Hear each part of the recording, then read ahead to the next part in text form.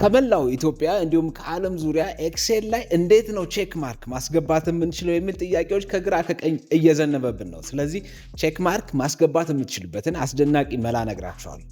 ከዛ በፊት ለምንድን ነው ቼክ ማርክ ማስገባው ብትሉኝ፣ ቼክ ማርክ የምናስገባው ኤክሴል ላይ ለምሳሌ ሰርተን የጨረስነውን ማርክ ለማድረግ እንዲሁም ደግሞ የተከፈለ ያልተከፈለ የቀረ የመጣ የተለያዩ ነገሮችን ኮንትሮል ለማድረግ ለማስታወስና ለመገምገም ለመቆጣጠር ይጠቅመናል። ስለዚህ ወደ ጉዳዩ ስገባ ቼክ ማርክ ለማስገባት በመጀመሪያ ኤክሴል ላይ ምን እናደርጋለን?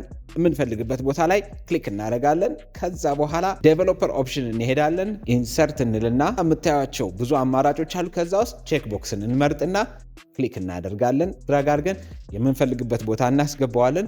ከዛ በኋላ ቼክ ቦክሱ ስም እንዲኖረው ከፈለግን ቴክስት አለ አጠገቡ የተለያየ የምንፈልገውን ለምሳሌ የከፈለ ያልከፈለ የመጣ የቀረ የወጣ የሚለውን በሙሉ እናስገባለን። አለበለዚያ ቴክስት ካልፈለግን ደግሞ ቴክስቱን እናጠፋና ቼክ ቦክሱን ብቻ እናስቀራለን። ከዛ በኋላ ቼክ ቦክሱን መጠቀም ነው ማለት ነው። ስለዚህ ኮምፒውተር አይፈልጉም እርሶ፣ ዩፒኤስ አላማረውትም፣ የሶላር አማራጮች እንዲሁም ፎቶኮፒ ማሽን፣ ዋጋው የኃይለ ሥላሴ ቴክኖሎጂ ደግሞ የዘመናችን የሆነ የሚደንቅ ዕቃዎችን እንሸጥላችኋለን።